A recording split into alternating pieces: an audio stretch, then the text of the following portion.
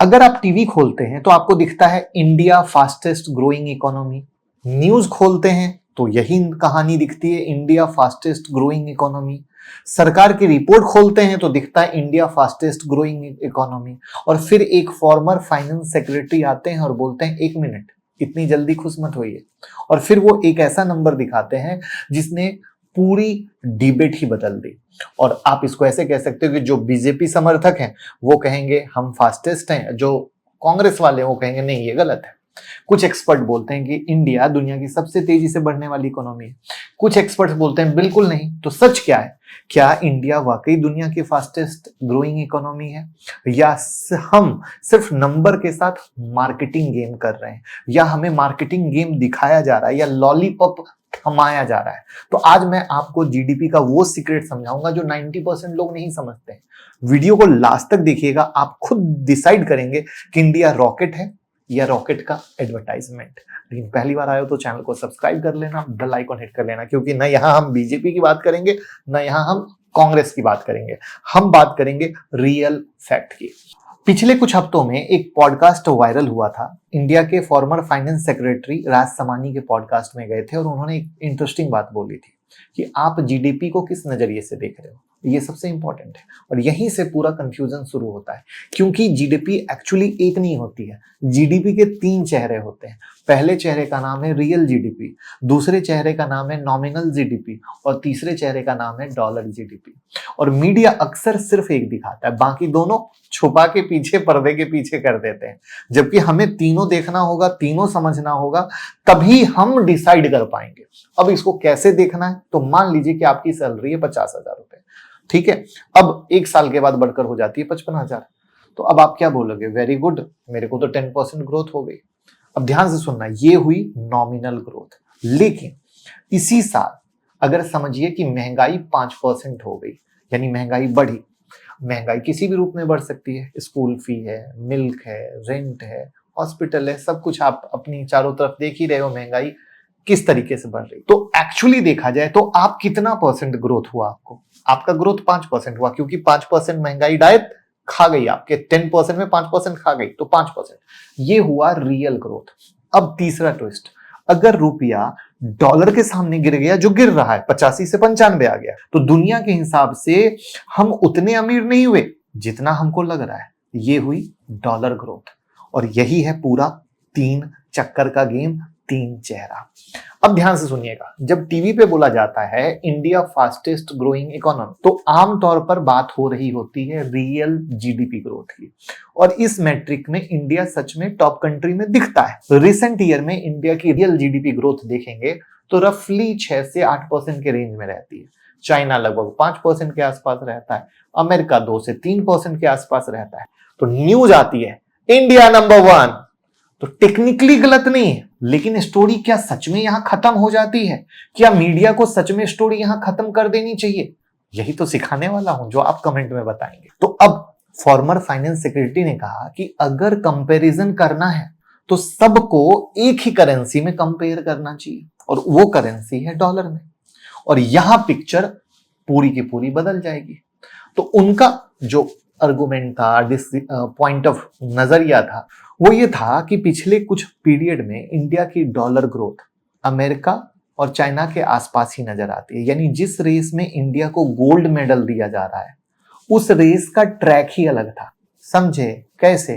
देखिए, एक race kilometre में हो रही है, दूसरी माइल में हो रही है, और हम रिजल्ट कंपेयर कर रहे हैं। इसलिए एक कैंप बोल रहा है कि इंडिया रॉकेट है और दूसरा कैंप बोलता है कि भैया इंडिया रॉकेट नहीं है, स्कूटर है। फर्क समझ रहे हो? मैंने इसलिए 3 चेहरे बताए, तीनों चेहरे का मतलब बताया, आपकी सैलरी से कंपेयर किया, मामला डॉलर पे आके फंसा। बात हो रही है कि जब सबको डॉलर के ग्रोथ पे पूरे वर्ल्ड को किया जा रहा है तो हम डॉलर पे क्यों नहीं कर रहे हैं? अब एक सवाल, अगर इंडिया इतनी फास्ट ग्रो कर रहा है तो एवरेज इंडियन कितने अमीर है? क्योंकि ये बात भी सब गायब कर देते हैं।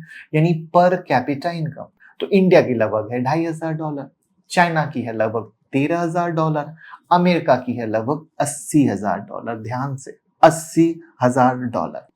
यानी average Chinese citizen average Indian से कई गुना ज्यादा अमीर है, और एवरेज अमेरिकन दोनों से। यानी हम चाइना से तो पीछे हैं ही और अमेरिकन से और पीछे।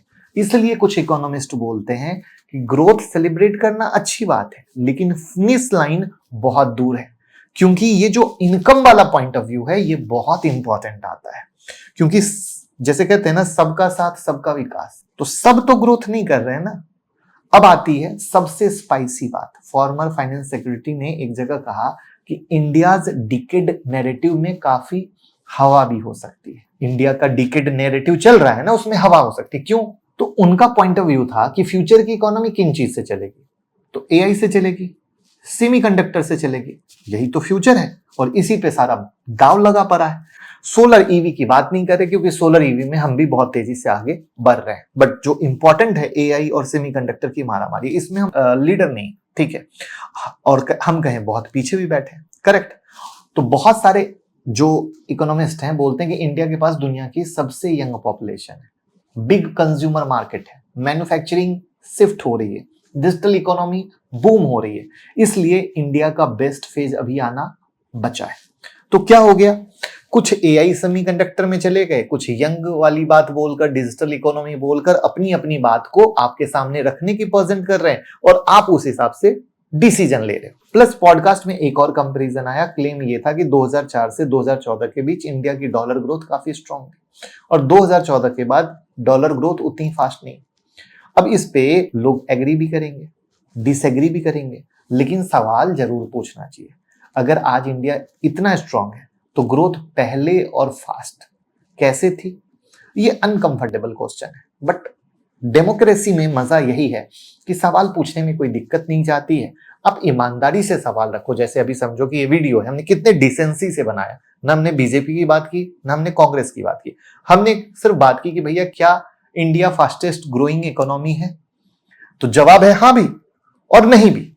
अगर रियल जीडीपी देख रहे हैं तो हाँ, अगर डॉलर जीडीपी देख रहे हैं तो पिक्चर इतनी सिंपल नहीं है। और अगर हम मतलब कैपिटा इनकम पे चले जाए तो बहुत लंबा सफर करना है। यानी प्रॉब्लम डेटा में नहीं है, प्रॉब्लम यह है कि लोग अपनी पसंद का डेटा उठाते हैं। यानी बस जिसको जिसका विरोध करना है तो विरोधी वाला डेटा, जिसको जिसका सपोर्ट करना है सपोर्टर वाला डेटा। और बेचारा पब्लिक, उसको पूरा पता ही नहीं है, वो तीन चेहरे पता ही नहीं है, और तीन चेहरा पता नहीं होने से बेचारे वो कंफ्यूज घूमते हैं। तो इंडिया ना उतना वीक है जितना लोग बोलते हैं, ना उतना अनस्टॉपेबल है जितना बोला जाता है।